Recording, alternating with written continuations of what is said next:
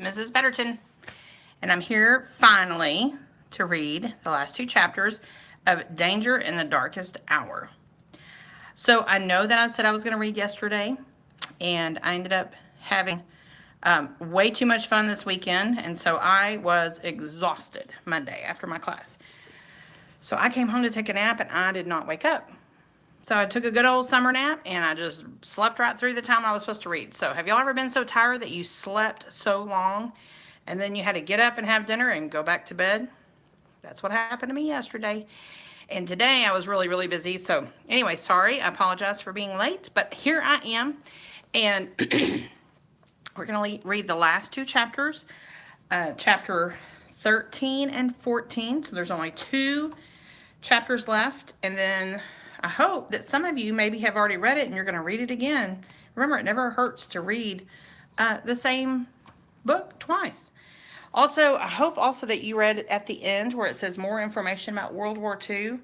It tells you just more background information and really teaches you some real life things. There's really cool pictures of these pigeons. This is a photograph, an actual photograph of pigeons. And I don't know if you can see that, but on their back, they have little canisters.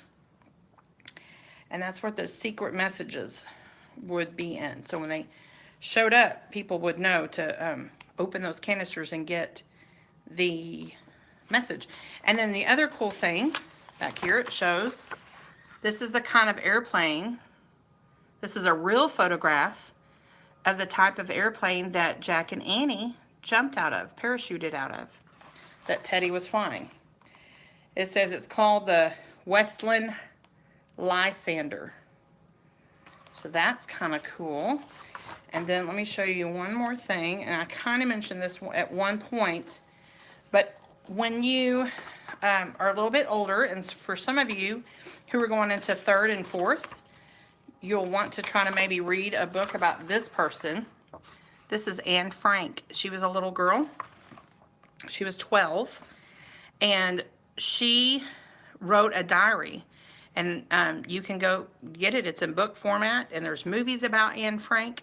But she was a little girl, excuse me, a little Jewish girl who wrote all about her time of trying to hide from the bad people, the Nazis. So anyway, I hope that you are ready to finish up our book. And then I'm going to be announcing what our new book is going to be that I'll start reading probably tomorrow, actually. And so hopefully you'll have time to go get that. All right, so here we go. Chapter 13 is called Searchlights. Night was falling fast as Jack and Annie climbed back into the bakery truck. "We shouldn't drive far," said Jack. Kathleen left a note for the baker telling him to look for his truck near the church in Belleville. "I hope he's still alive tomorrow and comes to get it." "You hope he's still alive tomorrow?" said Annie. "That sounds terrible." "I know," said Jack. "War is terrible." He started the truck and they bumped back over the grass to the road. Jack drove about 100 yards, then pulled off the road and parked the bakery truck beside a clump of trees. "I think this should do it," he said. Annie hopped out of the truck. Jack switched off the motor and rolled up his window. Then he climbed out too. "Let's hurry." "Look, Jack," Annie sounded scared. "Look up." Jack looked up. Two giant beams of light were sweeping across the sky, crisscrossing each other. "What's going on?" asked Annie. "Those lights must be looking for planes to shoot down," said Jack. "Oh no," said Annie. "What if they spot Teddy's plane?" Jack didn't answer right away. Maybe the worst isn't over yet, he thought. "Let's hurry back and tell Kathleen," he said. Jack and Annie ran up the road to the church. Inside, they found Kathleen still singing with the children. "Row, row, row your boat gently down the stream. Merrily, merrily, merrily, merrily, life is but a dream." Our plan isn't going to work, Jack thought. He felt sure that the Nazis would spot Teddy's plane and shoot it down before he could land. "Kathleen!" Annie called. Kathleen told the children to keep singing, and she hurried over to Jack and Annie. "What's wrong?" she asked. "The Nazis are using searchlights to spot planes," said Jack. "They're sure to see Teddy." "Show me," said Kathleen. Jack and Annie led Kathleen outside. The lights were still sweeping across the night sky. See, said Jack, pointing up at the moving beams of light. How could Teddy possibly... Annie gasped. Look, she said. Look at the field. Below the dazzling searchlights, a silver plane sat in the dark field. The gleaming plane was much bigger than a spy taxi. It had a snub-nosed cockpit, a long row of windows, and 4 huge propellers, 2 on each wing. Where did that come from? Said Kathleen. I don't know, said Jack, stunned. I didn't see it when we moved the truck or came back to the church. I didn't hear it fly overhead or land or anything. The rear door of the plane swung open. Silhouetted in the doorway was a person in a flight suit and helmet. Teddy, said Annie. Oh, cried Kathleen. She dashed across the dark field. Jack and Annie ran after her. When Kathleen reached Teddy, she threw her arms around him. Jack and Annie piled on, and they all hugged him at the same time. Everyone was laughing. I'm so glad you got our messages, said Annie. So am I, said Teddy. Do you know that D-Day is tomorrow? Asked Jack. Yes, I found out today, said Teddy. With all the preparations for the invasion, I had trouble finding a big enough plane to come for you. But finally, I was able to call upon a friend to help me. Great, said Annie. How did the plane land without the searchlight spotting it? Asked Jack. And why didn't it make any noise? I will explain later, said Teddy. We must act quickly. You have others with you, no? Oh, yes, lots of others, said Annie.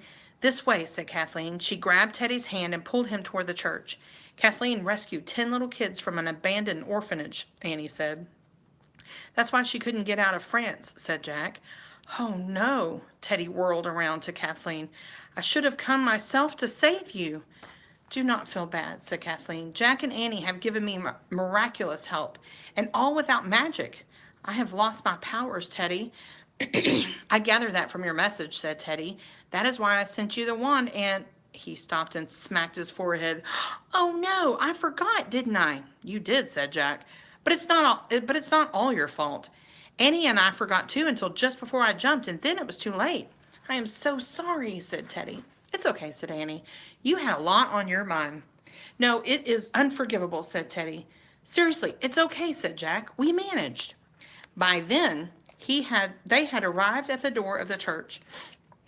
Get ready to be mobbed by little kids, Annie said to Teddy. Kathleen led the way inside. Sarah, Sophie, we are leaving. Led by the 2 sisters, all the children clamored toward the door of the church. They gathered around Teddy, asking questions. Hush, little children, hush now, said Kathleen. Everyone grabbed someone's hand. Eddie, take Sophie's hand. Daniel, take Sarah's hand. Leo and Ellie, Jack's hand. Marcella and Ella, Annie's hand. Pierre and Solly, Teddy's hand. Come along now, follow me. We are about to go on a great adventure. With little hands tucked into bigger hands, everyone followed Kathleen out of the church into the field. Oh, look, said Leo.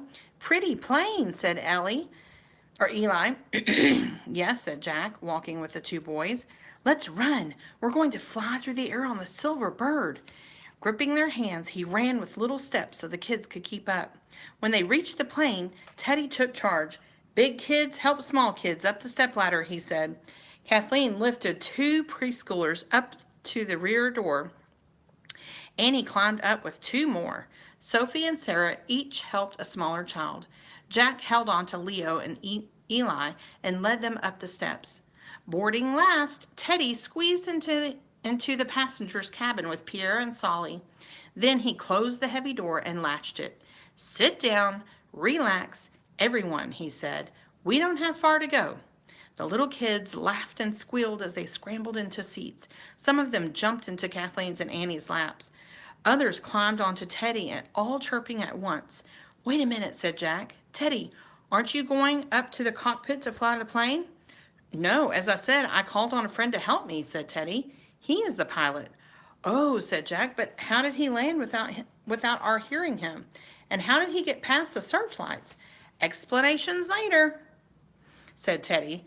I think we're about to take off. He said something else, but his voice was drowned out by kids still asking questions. Where are we going? Who are you? Is Kathleen your sister? As Kathleen and Teddy laughed and tried to answer the children, Jack thought that Kathleen was completely her old self again. Her eyes were bright. Her laughter was lighthearted. Jack looked out the window. The searchlights were still combing the dark for incoming planes. So, how did the SOE pilot land the plane? He wondered. And how will he take off without being seen? The large silver plane started moving. It moved across the grass with no bumping and no engine sounds, no whirring, roaring, or rumbling. This is so weird, thought Jack. Did they make super silent spy planes in World War II? He would have to look it up, he thought. Before he knew it, the plane had lifted off the ground and was gliding through the night with no vibrations, rocking or shaking. Can we open a window? Asked Annie. No, silly, not on a plane, said Jack. Oh, but on this plane we can open windows, said Teddy. He leaned over, undid a latch, and pushed open the glass. As cool air rushed inside the cabin, Annie grabbed Jack's filled pack. Without a word, she pulled out the flyers to make the resistance flyers. Oh, made by the resistance fighters, Tom and Theo. She showed the printed message to Teddy and Kathleen. They both grinned and nodded. Then, one at a time, Annie released the flyers out the open window. 1, 2, 3, 4, 5, 10 sheets of paper flapped into the moonlit night. That's all, said Annie. I wish I had more. Kathleen looked at Annie for a moment. Then she smiled and rose from her seat. She pointed her finger at the flyers fluttering toward the earth below. She whispered some words. Ein solus king dural al du. And that is, Annie's wish shall now come true. Through the window, Jack saw the flyers begin to multiply. From 10 to 100, from 100 to 1,000, from 1,000 to 10,000. So I think if I'm reading this right, yes. Remember what the flyer said? And she just said a little spell, and the flyers began to multiply. And here's a really cool picture. It says, Jack saw the flyers begin to multiply. And remember what the flyer said? The flyer said, hope and courage, freedom soon. And so she dropped out 10. But when Kathleen said the magic, guess what happened? They multiplied. Do you see all those flyers? So the people down on Earth are all going to get those flyers. So cool. And there's the searchlights. Do you see the big beams? Have you ever seen that? Like sometimes if people are doing trying to get people's attention at night to come see their movie or come buy their things or the cars or whatever, they'll do these big beams up in the sky and they move and they crisscross. Well, these beams were looking for planes. And they haven't told us how yet, but I bet probably something that has to do with magic. But do you see how much bigger that plane is? Huge. Everyone gasped and clapped. Kathleen's magic was working again. Not that she was with Teddy. Now that she was with Teddy, now that she was flying home to England, now that she was saving the children, her joy, her magic had returned. As the plane crossed the English Channel, the flyers kept multiplying across the sea, like white petals falling from apple trees. The sheets of paper tumbled and swirled through the air. Tom and Theo's message filled the night sky, gleaming their bright words, hope and courage, freedom, soon. All right, so last chapter, chapter 14, is called The Pilot. Soon after the silver plane crossed the English Channel, it landed silently in the field near Glastonbury Tor. Teddy opened the rear door and lowered the stepladder. Everyone out, he said. Once again, the big kids helped the little kids. Everyone climbed down the ladder and stepped onto the dark, dewy grass. The moon was high in the sky now. Jack could hardly believe that he and Annie had only been away from England and home for 24 hours. The SOE has arranged to take everyone to London, Teddy said to Kathleen. Motor cars are waiting in the parking lot. This way. As Teddy led the group toward the parking lot, Annie carried Daniel and Eddie, and Jack carried Leo and Eli. Where are we going? Eli asked him. To a safe city, answered Jack. You will live in a nice house soon, I promise. The small boy kissed Jack on the cheek. Then Leo kissed Jack too. Jack just laughed. You guys are funny, he said. Is Jack your brother? Eddie asked Annie. Yes, said Annie. He's my brother.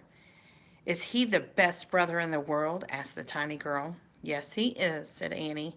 Are you and Annie coming with us? Eli asked Jack. No, we have to go back to America now, said Jack. How will you get there? Asked Leo. In a magic tree house, said Jack. Can we play in your treehouse someday? Asked Leo. Absolutely, said Jack. When you come to America, you can do anything you want. 3 big black cars were waiting in the parking lot beside the airfield. Teddy got 4 of the children settled in the first car, and Jack and Annie tucked their 4 into the second car. See ya, guys, Jack said. Be good. Jack closed the door and stood in the dark with Annie and Teddy as Kathleen guided Sophie and Sarah to the third car in the lot. Before they reached it, the doors opened and a man and woman climbed out. They were tall and well dressed. When the man and woman saw Sophie and Sarah, they both burst into sobs. The man knelt and held out his arms. My babies, he said, grabbing Sophie and Sarah and pulling them close. Sophie and Sarah started crying too. Papa, Mama, Papa, Mama. For a long time, Sophie, Sarah, and their parents all held each other and cried. They were still holding on to each other as they stumbled back to their car and climbed into the back seat together. Jack felt tears on his cheeks. Kathleen and Annie were sniffling. Teddy cleared his throat and clapped his hands together. Victory, he said. Victory, said Jack, smiling. Then he held up 2 fingers. What about Eli and Eddie and Leo and all the other kids? Annie asked Kathleen. What will happen to them? The SOE will locate relatives and friends to care for them, said Kathleen. I will go to London and protect them until they are all safely placed in happy homes. Thank you for saving them, said Annie. Thank you, Annie, said Kathleen, for remaining hopeful and helping make a plan when we were almost ready to give up. No problem, said Annie. Together, you and Jack saved their lives and mine, said Kathleen. You are my heroes. Jack shrugged. I'm not a hero, he said. Kathleen took Jack's hand. She looked into his eyes. You are a hero, Jack. Believe me, and you are a wonderful truck driver, too. Jack laughed. Kathleen smiled her radiant smile.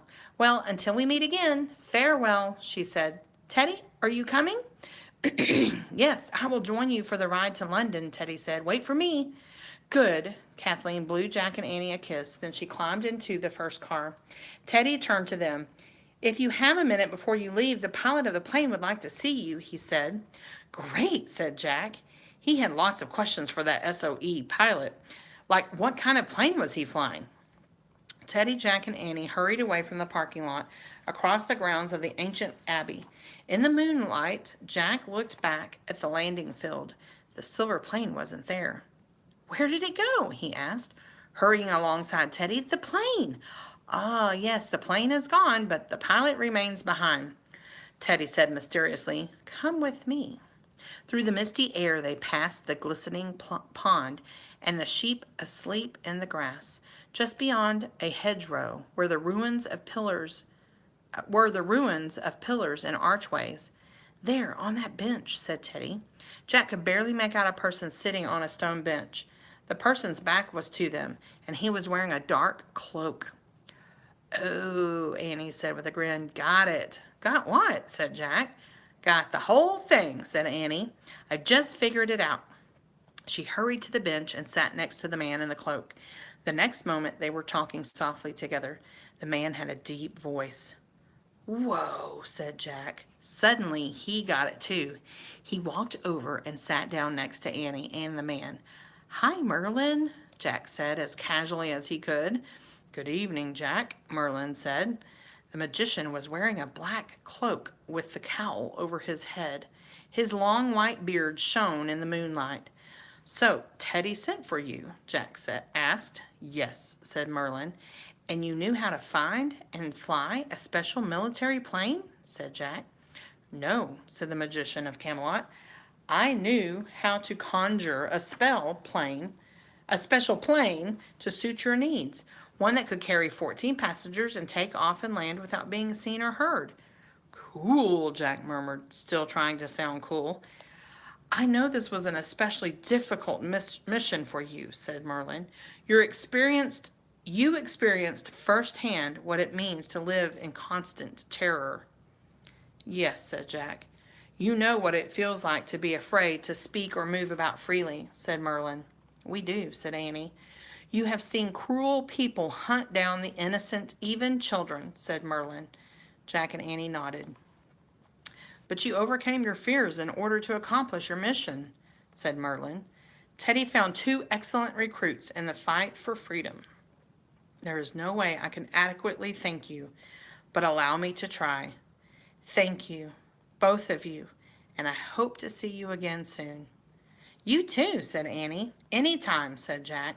Merlin stood up from the bench. Well, goodbye, he said. Have a safe trip home. Bye, said Annie. Jack and Annie watched the master magician walk off into the night and disappear like smoke among the ruins. Wow, Annie breathed. Wow, indeed, said Teddy, stepping from the shadows. Now, are you ready to go home? Jack and Annie stood up from the bench and followed Teddy to the treehouse. Teddy's large duffel bag sat at the base of the tree. Teddy reached in and pulled out their sneakers and Jack's pack. You can have your things back now, he said. Thanks, said Jack. And you can have your things back too. Jack and Annie pulled off their farm boots, overalls, and shirts. Jack shivered in his shorts and t-shirt as he and Annie changed into their sneakers and tied the laces. Then Jack took his pencil and notebook out of the field pack and handed the pack to Teddy. Thanks for lending this to us, he said. You are welcome, said Teddy. I will have to make up a good story for Winston about how I got all of you out of France. But now I had better catch my ride to London. Until next time, cheerio, chaps. Cheerio, chaps, Jack said together. Onward, said Teddy. Then he slung his duffel bag over his shoulder and headed toward the parking lot. Jack and Annie watched Ted march briskly toward the hedgerow. Just before he rounded the corner, he turned and gave them a salute. Then he was gone. Jack and Annie climbed the rope ladder into the treehouse. Annie grabbed the Pennsylvania book. Ready? She said. Wait. Jack heard the steady hum of planes overhead. He and Annie looked up at the night sky and saw distant lights. I wonder if those are D-Day planes, Annie said.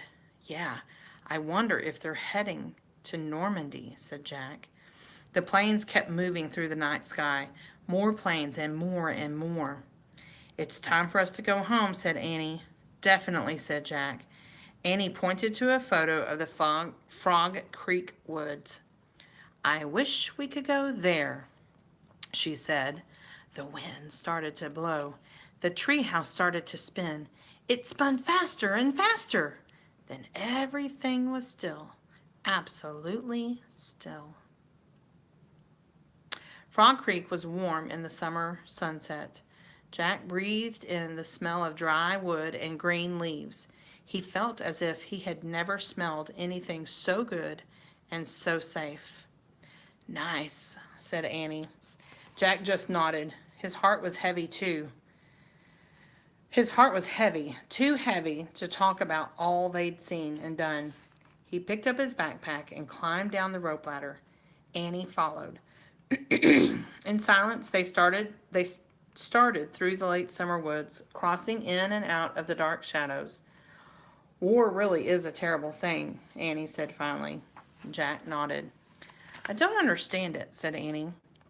Why would anyone want to hurt people like Sophie or Sarah or their parents, or Tom and Theo, or the old man at the train station? I don't know, said Jack. And how could anyone want to hurt those little kids, said Annie. What if the Nazis had caught Leo and Eli and all the others? Jack shuddered. It was unbearable to think about. Germany, England, France, Italy, and the United States, they all work together now for peace in the world, right? Said Annie. Right, said Jack. They're all good friends. And the United States and Japan also fought each other in World War II, said Annie. But now they're good friends. Right, said Jack. Cool, said Annie. Let's think about that instead. And let's think about Gaston, Suzette, and Sylvie, Tom, Theo, and the driver of the milk truck, all trying to do the right thing. During war, I think lots of people tried to do the right thing, don't you? Yes, said Jack. Jack and Annie left the shadowy woods and crossed their street to the bright, sunshiny sidewalk. The warmth and beauty of the light lifted Jack's spirits. I love our lives, Annie said with a sigh. Yeah, me too, said Jack, especially our freedom.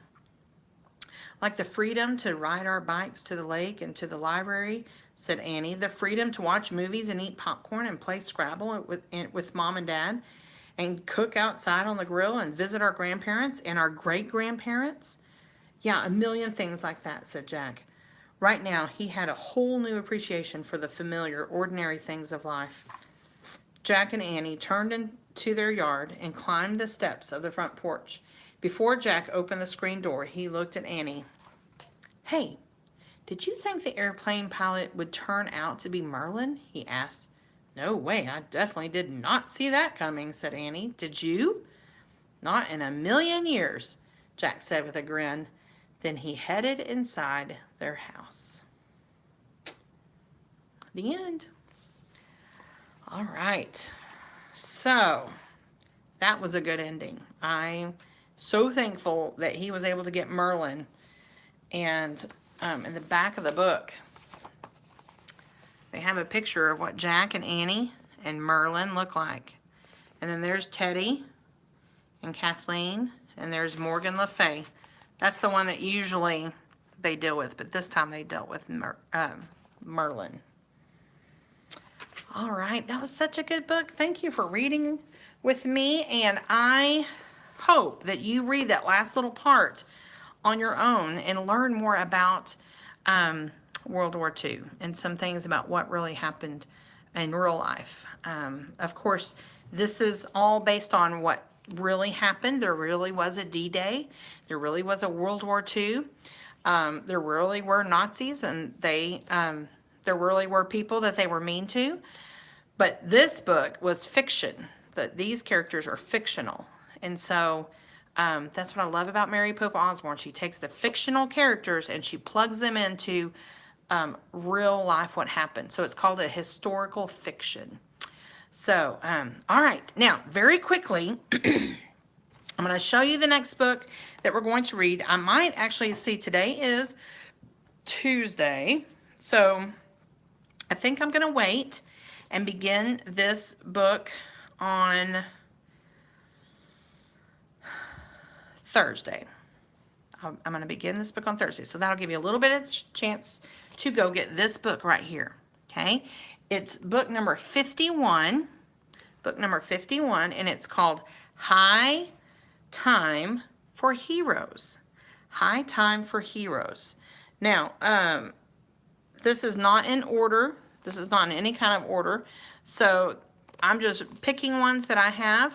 And this is the one we're going to read next. High Time for Heroes. So go to the library, check it out, or maybe if you can go to Barnes & Noble or a half-price bookstore, and I bet you'll be able to find Magic Tree House number 51. It's a Merlin mission book, and it's called High Time for Heroes. And it looks like it's going to have something to do with monkeys, and I see some sailboats, and I see Jack and Annie all dressed up in some different outfits there. Okay, and then the other thing that's really cool is I also have, for this book, I have the fact tracker. So if you happen to find this, I just want to let you know it's out there. It's really cool. And I think this is probably going to be some of the heroes that the book is written about. All right, so the fact tracker is not something you have to read along, but I just wanted to show you that it is out there. All right, well, I hope that you'll join me on Thursday. We're going to start reading chapters 1 through possibly 2 or 3 on Thursday and see how many chapters we can get done this week. I'm so proud of you for reading during the summer. I know that y'all have a lot of other things going on, as do I, and so I'm very excited that we're taking time to do something very important like read these books and learn just some neat things from history. So until then, I'll see you next time. Thank y'all. Bye-bye.